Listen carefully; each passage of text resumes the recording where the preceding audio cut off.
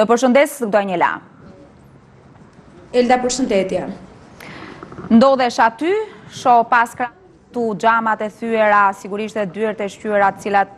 janë pasojë nga ajo çfarë kemi parë e ju keni ndjekur ditën e djeshme. Nuk e di nëse mund të të bëj pyetjen, a ka pasur lëvizje përgjatë ditës së sotme nga përfaqësues apo mbështetës të Bashës, duke qenë se Selia tashmë është e tyre e se ditën e djeshme mbështetësit kryesuar nga ish kryeministri Sali Berisha dështuan, le të themi kështu, për ta uzurpuar plotësisht këtë godinë. Në fakt, Elda, xhamat thyer gur për tokë, dorasa të ndryshme, dyer tashmë të shqyera në të gjitha anët e Partisë Demokratike, është panorama që parashitet një ditë pas protestës së dhunshme të mbështetësve të Sali Berishës në godinën e Selis Blu. E për të ndalur tek lëvizjet është thuajse qetë, nisur nga fakti që efektiv policia gjatë mëngjesit të sotëm nuk ka patur në selinë e Partisë Demokratike, mbase edhe për faktin se tashmë nuk është e paralajmëruar një protestë e mundshme përgjatë ditës së sotme nga mbështetësit e zotit Berisha dhe nga Komisioni i Rithemelimit, që ditën e djeshme pas protestës me akte dhune krijuan edhe këtë, le të themi, situatë në Partinë Demokratike. Kryedemokrati Lulzim Basha dhe ekipi i tij kanë qëndruar edhe përgjatë orëve të vona të mbrëmjes së djeshme në Selin Blu. Vetëm pak minuta më parë ka patur lëvizje edhe të sekretarit të përgjithshëm të Partisë Demokratike, zotit Gazmend Bardhi, e një pjesë prej figurave të Partisë Demokratike kanë qëndruar deri në orët e para të mëngjesit të sotëm në godinën thuajse komplet të shkatruar të selisë së Partisë Demokratike, pasi duhet theksuar se krahas shkatrimit thuajse total në katin e parë të godinës së Partisë Demokratike, edhe kati i dytë i kësaj godine ka pësuar dëme të shumta dhe thuajse çdo zyrë është jo funksionale për shkak edhe të xhamave të thyer dhe të dëmtimeve të sendeve të tjera të ndodhura në këto zyra që në fakt u dëmtuan nga protestuesit një ditë më parë. Situata ditën e sotme parashitet e qetë, krahas 60 personave të cilët në fakt janë shoqëruar për të marrë në pyetje nga policia që prej mbrëmjes së djeshme, nisur edhe nga fakti që këta të fundit mund të kenë dieni lidhur me aktet e dhunës të ndodhura përgjatë ditës së djeshme në Partinë Demokratike, ku protestuesit pra kanë goditur këtë seli dhe në një farë mënyre është pranuar gjatë ditës së djeshme që edhe mbështetësit e zotit Basha kanë hedhur qoftë le të themi pjesë nga fikset e zjarrit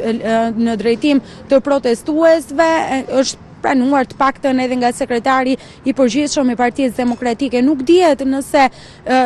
gjatë ditës së sotme do të ketë dalje publike, qoftë kryedemokratit Lulzim Basha dhe ekipit të tij drejtues, apo edhe nga ana tjetër Komisioni të Rithemelimit të drejtuar nga Sali Berisha, dhe nëse do të ketë pse jo, tentativa për të ulur gjakrat pas situatës së ditës së djeshme dhe për të patur edhe një dritë jeshile lidhur me negociata të mundshme, por deri në këto momente të dyja palët duket se janë të vendosura për t'i qëndruar deri në fund vendimeve të tyre. Nga një anë zoti Berisha ka paralajmëruar thirrjen e të tjera protestave të fuqishme përpara selisë së Partisë Demokratike. Nuk e di se çfarë ka mbetur për të thyer nga ana e protestuesve, sepse dyert janë të shpartalluara përpara mbajtjes, nëse deri para mbajtjes së kësaj proteste zoti Berisha dhe mbështetësit e tij deklaronin se do të hapnin dyert e godinës blu, nuk dihet se çfarë ka mbetur për t'u hapur në këto momente në këtë godinë. Në fakt kjo është pasqyra që të paktën ka tashmë godina e Partisë Demokratike, e cila së fundmi ishte nënshtruar edhe restaurimit në pjesën e brendshme të godinës, pasi sekretari i përgjithshëm i Partisë Demokratike zoti Bardhi kishte deklaruar se po krijohen hapësira të tjera edhe për sekretariatet në godinën blu, ndërsa do duhet që ti nënshtrohet rregullimeve sërish edhe pas dëmeve të pësuara gjatë protestës së ditës së djeshme. Vetëm restaurimit, por edhe blindimit, se kjo bëri që të ndodhte e gjitha kjo, do me thënë bariera që vendosi Basha nga njëra anë edhe shkuarja deri në fund, bindja për të shkuar deri në fund uzurpimit godinës nga ana e ish kryeministrit Sali Berisha, ish lideri të Partisë Demokratike. Në fakt, ditën e djeshme? Po. Ditën e djeshme krahas fakti që u hapën dyert e godinës blu, një element tjetër është fakti që paktën u zbulua dhe ajo që flitej dhe aludoi në media që zoti Basha kishte vendosur dy dyert të blinduara në dy shkallët që të çojnë në godinën